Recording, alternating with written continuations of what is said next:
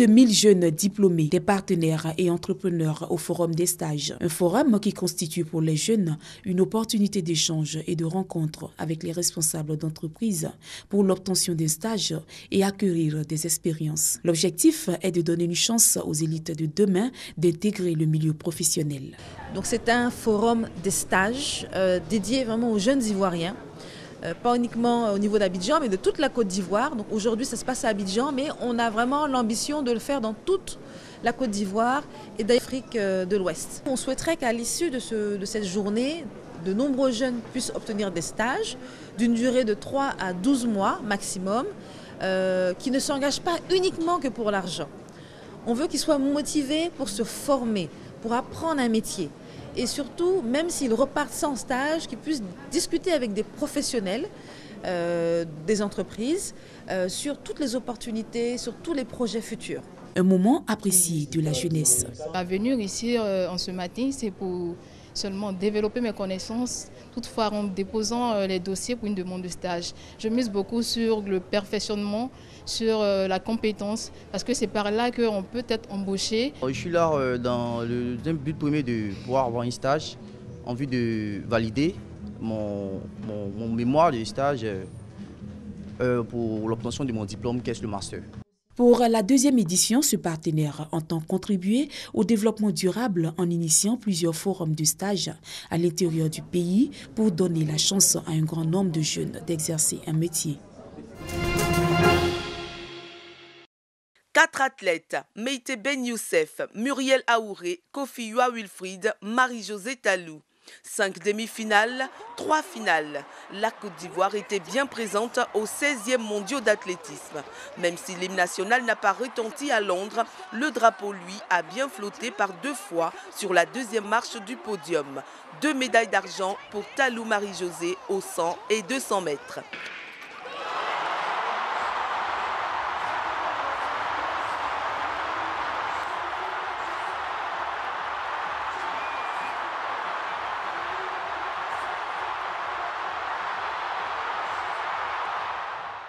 Fier de ses performances, le ministre François Albert Amichia a tenu à rendre visite aux athlètes. En l'absence de Ben Youssef et Muriel déjà en route pour d'autres challenges, Wilfried, Talou et le coach Anthony ont reçu les félicitations du gouvernement ivoirien. Nous sommes heureux comme tout le peuple ivoirien l'est après cette magnifique course. Pour nous, l'objectif c'était de monter sur le podium.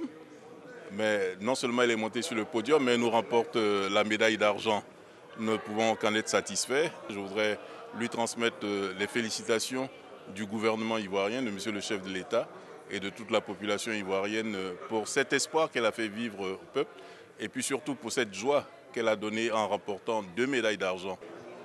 Je suis déjà contente qu'il ait fait le déplacement depuis Abidjan pour venir nous soutenir ici. C'est un plaisir pour nous et c'est vraiment une grande joie pour moi de ramener ces 2 médailles au pays, vu qu'on ne s'y attendait vraiment pas. Et moi, je remercie vraiment le peuple ivoirien et tous ceux qui m'ont soutenu. Je remercie vraiment le président de la République et le Premier ministre déjà qui m'avait déjà appelé après ma finale du 100 mètres. Et je pense qu'on peut le faire. Et déjà, Muriel a ouvert les portes il y a 2 ans de cela. Et voilà, aujourd'hui, je suis son chemin. La Côte d'Ivoire était bien à Londres. La nouvelle maîtresse du sprint ivoirien au féminin, Marie-Josée Talou, a relevé le défi hier. Seulement, elle a raté d'un cran la médaille d'or des 200 mètres devant la Hollandaise Daphné Schippers. Les téléspectateurs qui ont suivi en direct ce championnat d'athlétisme de Londres 2017 sur la RTU se prononcent sur sa performance. D'autres s'en réjouissent quand certains pensent qu'elle aurait pu mieux faire.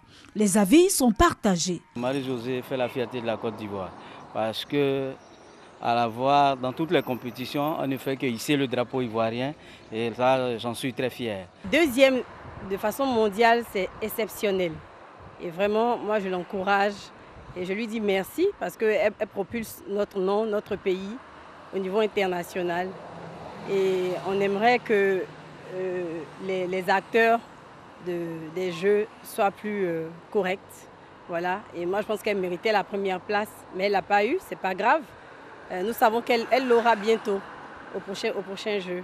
C'est une grande athlète, vraiment, on doit la féliciter. J'encourage Talou, je la félicite pour ce qu'elle vient de faire et je lui tire mon chapeau. Je l'encourage beaucoup, vraiment, je lui donne toute ma confiance et je lui souhaite bonne chance. C'est bon, c'est bon. Moi je trouve que c'est bon. C'est pas toujours on doit gagner. À des moments il faut savoir perdre et puis se remettre en cause pour dire bon, qu'est-ce qui n'a pas marché, il faut travailler sur ce domaine-là.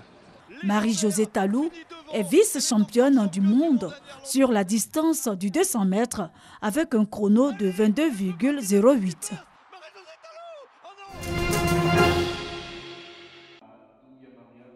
Clapivoire 2017, les résultats sont connus. Deux productions ont retenu l'attention du jury. Ce sont Liés à la vie pour le documentaire et Pile à l'heure pour la catégorie fiction. Dites-moi, c'est le document qui rentre à son pile, est-ce que je peux entendre? Il y a pas de problème. L'idée qui m'est venue par rapport au film, c'est que bon, j'habitais Koumassi avant et je voyais un peu les vendeurs ambulants de médicaments traditionnels. À chaque fois qu'il fait la promotion de ces produits, ça me fait rigoler. Je l'enregistre, ça me fait rigoler, tout ça. Et puis bon, je dis, est-ce que je ne peux pas faire un truc sur ça? Et c'est comme ça, je me dis, bon, peut-être que c'est une idée banale, mais je vais l'écrire quand même, je vais faire un scénario dessus et puis je vais tourner pour voir ce que ça va donner. Et voilà. Ces lauréats ont reçu chacun 500 000 francs CFA pour les deux premières places et 300 000 francs pour les seconds. Liés à la vie et Pile à l'heure représenteront la Côte d'Ivoire lors de la phase internationale du concours. Ce sont au total 23 productions qui étaient en compétition, 17 fictions et 6 documentaires. Pour des débutants, le niveau est acceptable, mais il faut travailler. Et il faut que nos films, nos réalisateurs se forment à l'idée que les films qu'ils créent ne sont pas des films à mettre dans un placard ou bien à déposer dans un bureau, mais ce sont des films qui doivent être vendables. La création bouillonne. Il faut surtout comprendre qu'une production respecte des règles et des codes. Il y a un code pour la scénarisation. On n'écrit pas un film de court-métrage comme on écrit un film de long-métrage, par exemple. Donc, la plupart du temps, ils ont écrit des films pour des tournages un peu plus longs qu'ils ont raccourcis pour le ramener aux règles de Clapivoire. Clapivoire est à sa 17e édition. Il met en compétition de jeunes réalisateurs avec des courts-métrages de 13 minutes. La phase internationale du concours se tiendra du 4 au 9 septembre prochain. Elle verra la participation des 8 pays de l'UEMOA. 15 films seront opposés, 8 fictions et 7 documentaires.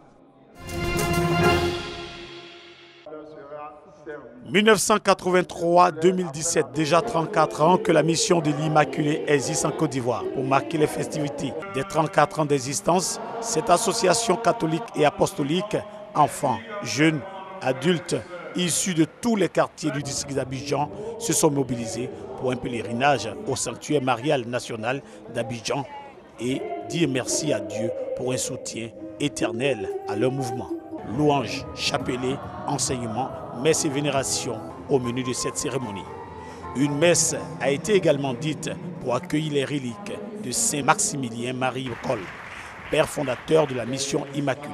Dans notre pays se trouve ce saint d'Auschwitz, ce saint le martyr de l'amour canonisé par Saint Jean-Paul II en 82, qu'il est là. Officiellement, il est présenté à l'église de Côte d'Ivoire.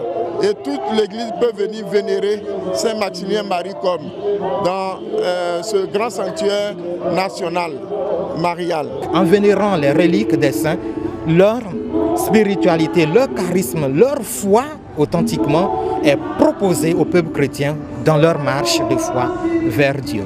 Fondée le 16 octobre 1917, la mission de l'Immaculée est une association qui a pour but de rendre le monde au Christ par la Vierge Marie et de prier la sanctification des pécheurs.